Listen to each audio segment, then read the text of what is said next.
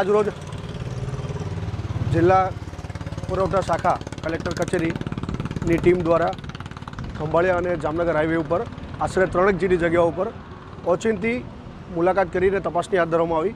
હાલમાં પ્રવર્તમાન middle east ક્રાઇસિસની પરિસ્થિતિ દરમિયાન જે એલપીજી સિલિન્ડરની અછતની જે સ્થિતિ ઊભી કરવાની જે પ્રયત્ન થઈ રહેલ છે તે અન્વયે અમોએ કોઈપણ આવી ઘટના ન ઘટે તે માટે આશરે 3 જગ્યાઓની ઓચિંતી મુલાકાત લીધી છે।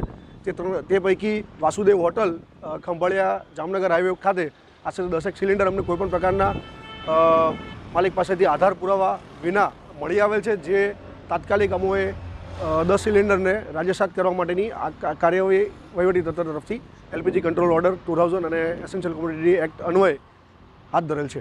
સાહેબ, આમાં કોઈ તમે ફાયર સેફ્ટી કે ફૂડનું લાયસન્સ કે એવું કોઈ ચેકિંગ કરેલ છે?